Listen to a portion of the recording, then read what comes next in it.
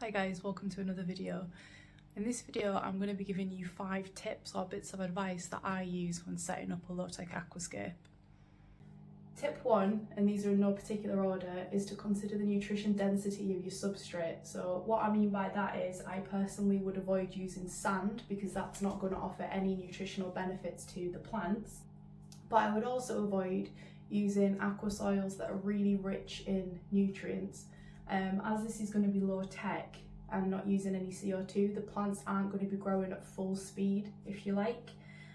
So anything that has a lot of nutrients in that could potentially leach into the water column could potentially cause algae issues down the line. Personally, I use a sort of middle of the market aqua soil, so I use Tropica, which is fine for growing plants. And remember, you can always replenish the nutrition or the nutrients in your aqua soil using root tabs.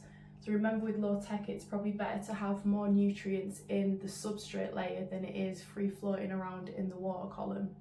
I'm sure there are people out there who have had success using a nutrient rich substrate in a low tech planted aquarium, such as ADA Amazonia version 1. I've personally never used it, but I have read that it is quite high in nutrients, and I just think that using that in a low tech setup might require you to do quite a lot of water changes. Obviously you should be doing that anyway, but low tech for me is all about keeping it easy, keeping it simple and minimizing any potential problems. Tip 2 is light intensity. So you might have heard people say that the lighting on your aquarium is like the gas pedal, so the higher the light intensity, the more CO2 and the more nutrients that you're going to need. But as this is low tech, CO2 is going to be limited, so that is going to slow things down a lot anyway. So I'm not saying that you can't go out and buy a really high-end light, but the chances are that you probably aren't going to be running that light at its full potential at 100%. The lights that I use on my tanks are the ONF Nanos, and they're only running at 50% on this one, for example, and that one's running at 75%. And even on my high-tech aquarium, which does have CO2 and quite a powerful light, I'm still only running that at 75%. I have a cube which features mainly epiphyte plants, and for that I just use an Aqua Smart LED.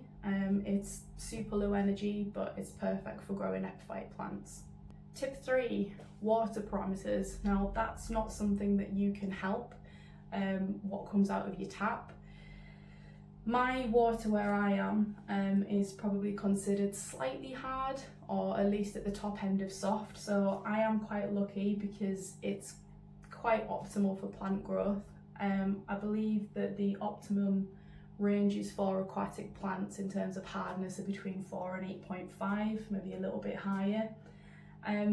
Hard water can make it more difficult for plants to absorb nutrients, but it's not by any means impossible. Plants do adapt and they will adapt. So I would just say, if you know what your water parameters are, pick hardy plants if you have got hard water, and plants that are less sensitive. So things like Java fern, Java moss, Anubias, some Buce, even some Crypts. They probably will melt at first, but they do bounce back. So that probably brings me on to tip 4, which is plant choice. In my low-tech aquariums, I do just pick easy plants because you kind of guaranteed some success there. I think there's perhaps a misconception that the more difficult plants, or the harder that they are to grow, or if they need CO2, then they are the more beautiful plant, but I definitely don't think that's the case. I think that you can get some really beautiful, easy category plants. Things like Crypts, Anubias, Buce again, there's a lot of stems that are really easy to grow. And a kind of side tip to that is Amazon frog bait is like my best friend. I use it in every single scape, whether I'm setting up low energy or high energy tanks, or low tech or high tech tanks, because they are really good at absorbing nutrients. They're also quite a good indicator plant, and what I mean by that is that if they're looking unhealthy, then perhaps the nutrient content of the tank is a little bit off, because realistically they should be growing the best and they should look the healthiest because they have access to the CO2. that's in the air because they are floating on top of the water. So yeah, just pick easy plants, something that you can't fail with, and I definitely think that you can have a successful aquarium and a beautiful aquarium with easy plants. And the last and final tip, which is something that seems obvious and you know, it's everyone tells you it, but it is a fact, just be on it with your water changes. I stick to a schedule. I do a water change once a week. I've tried to do 70% if I can. Some species or some things that you might keep, you might not be able to do that much because it might be a bit of a shock to them, but you know, minimum of 50%, and just make sure you keep on top of them. Your plants will thank you for it. It freshens things up. If there is any excess nutrients in the water, it will dilute them. And you kind of just start afresh at the beginning of the week.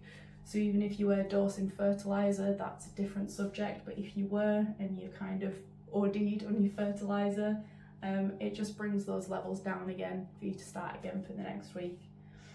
So that's my 5 tips. They're not by any means facts, it's more anecdotal. It's just things that I have learned through the 3 years that I've been aquascaping and setting up low-tech aquariums.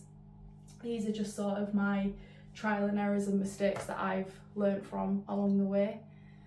So perhaps you've got something from this. I hope you have, and if you've got any questions, leave a comment and I'll try my best to answer. There are a few other things that I've probably missed out, but that's maybe for a different video. So yeah, thanks for watching guys, see you on the next one. Hi, in today's video I'm going to be sharing with you 5 bits of advice or 5 tips that I use myself.